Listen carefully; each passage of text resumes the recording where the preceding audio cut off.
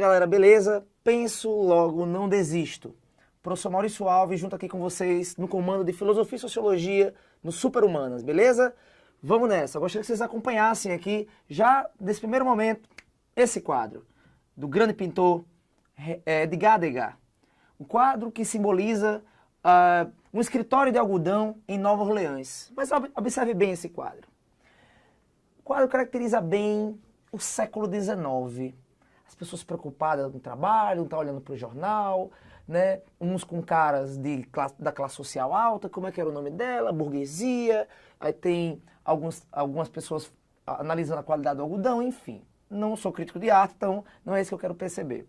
Vamos perceber o contexto, século XIX. O século XIX, galera, vai ser um contexto de muita conturbação social, onde classes sociais vão entrar em conflito. Na verdade, decorrentes desde o século XVIII, né? A partir do momento do iluminismo, a consolidação do capitalismo, a industrialização, tudo isso vai fazer com que dentro das sociedades europeias, conflito de classes sejam coisas muito evidentes, muito claras e corriqueiras. Daí vão surgir algumas teorias sociais que vão procurar ou justificar a situação, ou criticar a situação, ou derrubar a situação.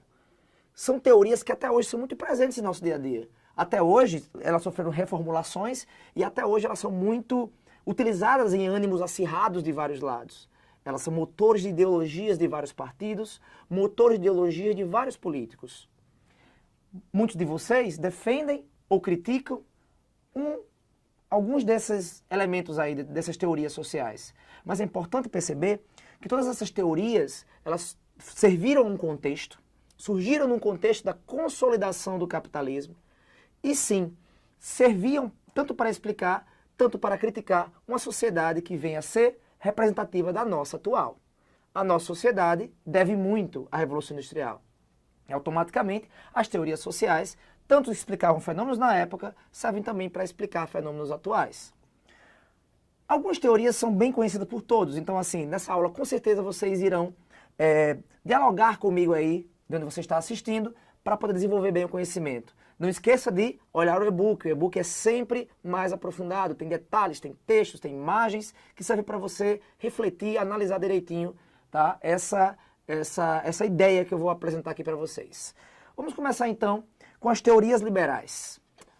Burguesia surge lá naquele contexto da final da Idade Média, porém ela ainda era suplantada pela aristocracia, mas no século XVIII o iluminismo ele vai valorizar a razão, procurar racionalizar a industrialização, e aí na questão econômica a industrialização vai fomentar-se em regiões da Inglaterra, em algumas outras regiões da Europa continental, e o capitalismo vai se estabelecer.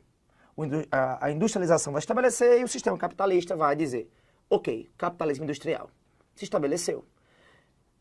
Daí é preciso, é claro, criar teorias que sustentem aquilo, que expliquem aquela sociedade ou que orientem aquela sociedade. É nesse contexto que vão surgir as teorias liberais. As teorias liberais, galera, serão sustentáculos teóricos do capitalismo. As teorias liberais vão procurar analisar a sociedade capitalista, a sociedade de mercado, e vão procurar criar ideias que sustentem aquilo e até estimulem o desenvolvimento desse capitalismo. O liberalismo vai procurar melhorar cada vez mais o capitalismo. Alguns são ícones do pensamento liberal. Vale lembrar que eu estou falando liberal clássico, não liberais neoliberais, que são outros autores que vamos falar, é claro, em outra aula. John Locke e Adam Smith são grandes clássicos. Tem o David Ricardo também, mas eu preferi focar nesses dois. John Locke, vocês vão conhecer como um dos pais do empirismo britânico, defender a ideia da tabula rasa, não é isso? Como falamos em outro vídeo. Mas John Locke, no livro Segundo Tratado do Governo Civil, ele vai fazer uma análise sobre a política. E ele vai observar que